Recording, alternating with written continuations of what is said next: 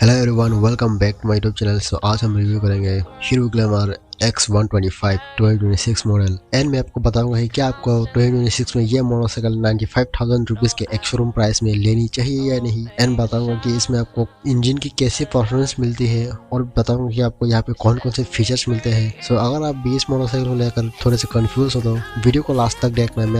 मैं आपके सारे कंफ्यूजन खत्म कर दूंगा। तो चलिए शुरू करते हैं रिव्यू से। अगर इसके डिजाइन की बात करें तो इसके डिजाइन काइंड ऑफ स्पोर्टी और कम्यूटर का कॉम्बिनेशन है। ये मोटरसाइकिल ना ही आपको ज्यादा कम्यूटर टाइप का लगेगा, ना ही आपको ज्यादा स्पोर्टी लगेगा। ये एकदम मीडियम है। एंड फ्रंट प्रोफाइल में आपको यहाँ पे एलईडी हेडलाइट मिलता है विद DRLs। एंड यहाँ पे आपको इंडिकेटर्स भी आपको एलईडी मिलेंगे, जो कि अच्छी बात है। एक 125 सीसी में कम्यूटर सेगमेंट की बाइक में आपको ऐसे फीचर्स आपको कम ही मिलते हैं। एंड यहाँ पे फ्रंट में आपको काफी ज्यादा टॉल वाइजर भी मिलता है, जिससे आपके मोटरसाइकिल का फ्रंट से लुक काफी ज्यादा मस्कुलर हो जाता है। इंजन की बात करें तो यहाँ पे आपको मिलता है 124.7 सीसी का single cylinder air cooled fuel injected engine, जो प्रोड्यूस करता है 11.4 bhp का पावर और 10.5 Nm ऑफ टॉर्क। एंड एक और चीज है, इस मोटरसाइकिल में जो आपको इंजन मिलता है वो आपको वही सेम इंजन आपको हीरो एक्सट्रीम 125R में भी मिलता है। ये दोनों ही इंजन आपको सिमिलर मिलते हैं। एंड इस मोटरसाइकिल में आपको 5 स्पीड मैनुअल गियरबॉक्स मिलता है। एंड इसका जो टॉप स्पीड है वो आपको मिलता है 105 kmph का। एंड इसका जो कंपनी क्लेम माइलेज है वो आपको 60 से 65 kmpl तक मिल जाएगा। एंड अभी बात करते हैं इसके पावर डिलीवरी के बारे में। पावर डिलीवरी की बात करें तो इनिशियल पिकअप आपको डिसेंट मिलेगा और मिड रेंज परफॉर्मेंस इसका काफी ज्यादा आपको स्ट्रॉन्ग मिलेगा। लेकिन इसका जो टॉप एंड परफॉर्मेंस है वो आपको काफी ज्यादा कम मिलेगा। यही है, कम्यूटर मोटरसाइकिल्स में आपको यही सब मिलेगा। पावर डिलीवरी के मामले में आपको टॉप एंड परफॉर्मेंस इतना ज्यादा एक्सपेक्ट नहीं करना चाहिए इस सेगमेंट के मोटरसाइकिल। अभी हम बात करते हैं इसके ब्रेक्स एंड व्हील्स के बारे में। ब्रेक्स की बात करें तो यहाँ पे फ्रंट में आपको मिलता है 240 mm का डिस्क एंड रेयर में मिलता है 130 mm का डिस्क, जो कि IBS टेक्नोलॉजी के साथ आता है। एंड इसके व्हील्स की बात करें तो यहाँ पे फ्रंट एंड रेयर आपको दोनों में ही 18 इंचेस के व्हील्स मिलते हैं। एंड फ्रंट टायर प्रोफाइल है वो आपको यहाँ पे मिलता है 80/100 सेक्शन का फ्रंट टायर एंड रेयर में 100/80 सेक्शन का टायर। एंड दोनों ही टायर्स आपको ट्यूबलेस मिलेंगे, जो कि काफी ज्यादा अच्छी बात है। एंड अभी हम बात करते हैं इसके फीचर्स के बारे में, जो कि इस मोटरसाइकिल का मेन USP है। वो आपको यहाँ पे फीचर्स बहुत सारे मिलते हैं, वही इसका मेन USP है।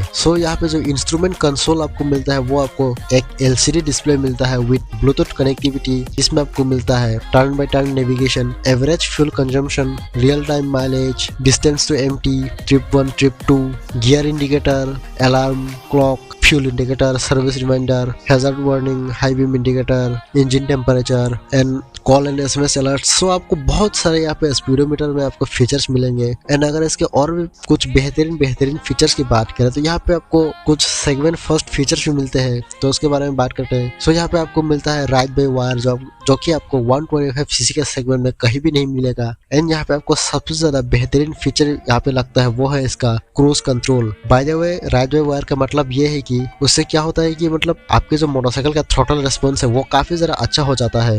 यही दोनों फीचर्स है वो आपको यही भी मिलते हैं। एंड अभी हम बात करते हैं और भी फीचर्स के बारे में। यहाँ पे आपको ऑल LED लाइटिंग सेटअप मिलता है। इसके जो हेडलाइट, इंडिकेटर्स और टेल लाइट है वो आपको सभी आपको LED मिलेंगे, कहीं भी आपको हेलोजन का सिस्टम नहीं मिलेगा। एंड यहाँ पे आपको मिलता है USB charging port, side stand cut off sensor.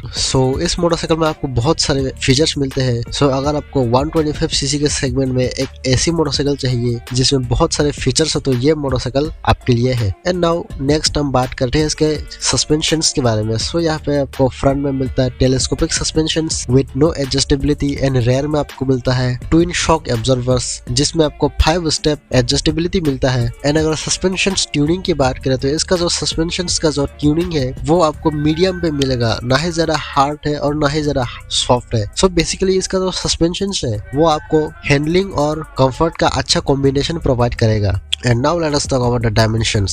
इसका जो कार्ब वेट है वो आपको मिलता है 127 kgs। एंड इसका सीट हाइट है 790 mm एंड इसका ग्राउंड क्लियरेंस है 170 mm। फ्यूल टैंक कैपेसिटी है इसका 10 लीटर्स एंड इसका जो व्हील बेस है वो है 1267 mm। Now let us talk about the verdict कि क्या आपको ये मोटरसाइकिल 2026 में 95,000 रुपीज के एक्स-शोरूम प्राइस में लेनी चाहिए या नहीं। एंड अगर हम इस मोटरसाइकिल को इसके राइवल होंडा SP 125 से कंपेयर करके देखें तो आपको दोनों में से कौन सी लेनी चाहिए, तो उसके बारे में बात करेंगे। सो इस मोटरसाइकिल की बात करें तो इसमें आपको एक अच्छा इंजन मिलता है जिसमें आपको पावर काफी ज्यादा सफिशिएंट मिलता है 125 सीसी सेगमेंट के हिसाब से। एंड इसमें आपको फीचर्स बहुत सारे मिलते हैं जो आपको सेगमेंट में सिर्फ इसी मोटरसाइकिल में मिलते हैं, जैसे कि राइड बाय वायर और क्रूज कंट्रोल आपको 125 सीसी के सेगमेंट में सिर्फ यही पे मिलते हैं। एंड और भी है जैसे कि एलईडी इंडिकेटर्स वगैरह आपको सिर्फ यही पे मिलेंगे अगर कम्यूटर सेगमेंट की मोटरसाइकिल की बात करें तो। सो ओवरऑल ये मोटरसाइकिल काफी ज्यादा अच्छी है। अगर आपको कम्यूटर सेगमेंट में भी बहुत सारे फीचर्स के साथ साथ अच्छी माइलेज, एक पावरफुल इंजन और